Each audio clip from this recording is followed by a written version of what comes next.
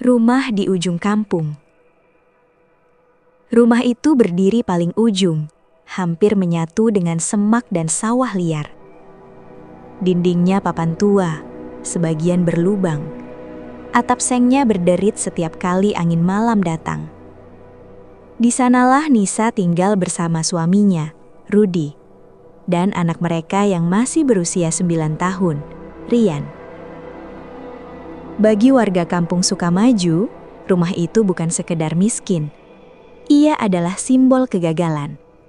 Tempat yang sering dijadikan bahan bisik-bisik, bahan ejekan, dan kadang bahan olok-olok terang-terangan. Nisa tahu itu.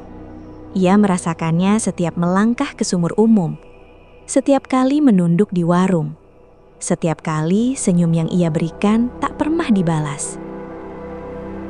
Namun pagi itu, seperti biasa, ia tetap bangun sebelum matahari terbit.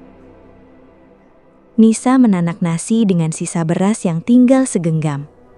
Ia mengaduk perlahan agar tak gosong. Rudi duduk di depan rumah, mengikat tali sepatunya yang sudah tipis. Hari ini ia akan kembali mencari kerja, entah di sawah, entah membantu bangunan. "Pak, hari ini hati-hati," ucap Nisa lirih. Rudi tersenyum, senyum yang selalu dipaksakan agar terlihat kuat. "Tenang, Bu, selama kita masih mau berusaha, Allah belum menutup jalan." Di sudut rumah, Rian mengenakan seragam sekolah yang warnanya sudah pudar. Ia memandang cermin kecil retak, menatap dirinya sendiri. Hari ini, ia sudah tahu apa yang menunggunya di sekolah. Rian berjalan sendiri ke sekolah. Anak-anak lain berjalan berkelontok, tertawa, membawa bekal dalam kotak warna-warni. Rian membawa kantong plastik hitam, berisi nasi dan garam. Anak miskin lewat." Suara itu datang dari belakang. Rian menunduk, mempercepat langkahnya. Ia sudah terbiasa, tapi terbiasa tidak berarti tidak sakit. Di kelas, ia duduk di bangku paling belakang. Saat guru bertanya, Rian mengangkat tangan. Jawabannya benar, namun tawa justru memenuhi ruangan. "Ngapain pinter kalau tetap miskin?" celetuk salah satu murid. Guru iam. Rian menelan air mata. Sore itu Nisa mencoba meminjam beras ke tetangga. "Maaf ya, Sa, kami juga pas-pasan," jawab seorang ibu, padahal Nisa melihat karung beras baru di dapurnya. Di rumah lain pintu bahkan tidak dibuka. Nisa pulang dengan tangan kosong. Ia duduk di lantai rumahnya, menatap kosong. Saat itulah Rian pulang. Wajahnya murung, bajunya sedikit kotor. "Ibu, Rian gak apa-apa," ucapnya seolah membaca kesedihan ibunya. Kalimat sederhana itu justru membuat dada Nisa sesak. Rudi pulang menjelang maghrib. Bajunya penuh debu, wajahnya letih. "Dapat kerja, Pak?" tanya Nisa. Rudi menggeleng. Ia duduk lama, menandang tanah. Katanya mereka sudah punya orang. "Tapi aku tahu, Sa, mereka cuma gak mau pakai orang miskin."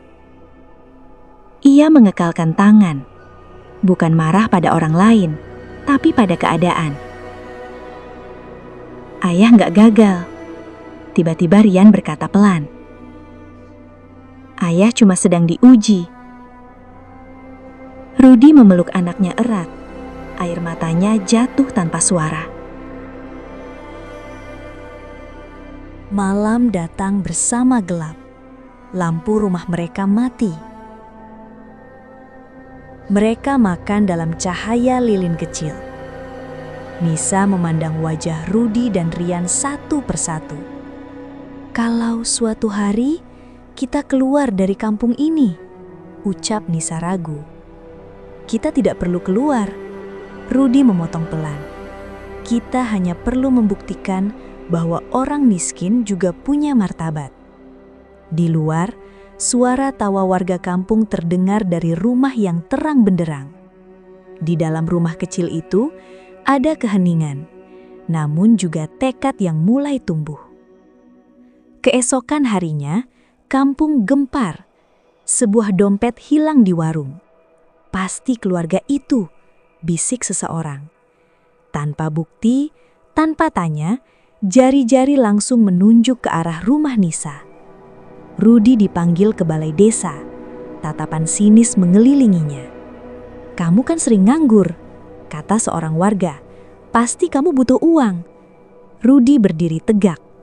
"Saya miskin, tapi bukan pencuri." Dompet itu akhirnya ditemukan, jatuh di selokan. Tak satu pun meminta maaf. Nisa menangis malam itu. Tangis yang ia tahan bertahun-tahun akhirnya pecah. "Kenapa kita selalu salah, Pak? Kenapa miskin seperti dosa?" Rudi menggenggam tangan istrinya. "Kita boleh miskin harta, tapi jangan miskin iman dan harapan." Di sudut rumah, Rian mendengar semuanya. Ia menggenggam tangan kecilnya.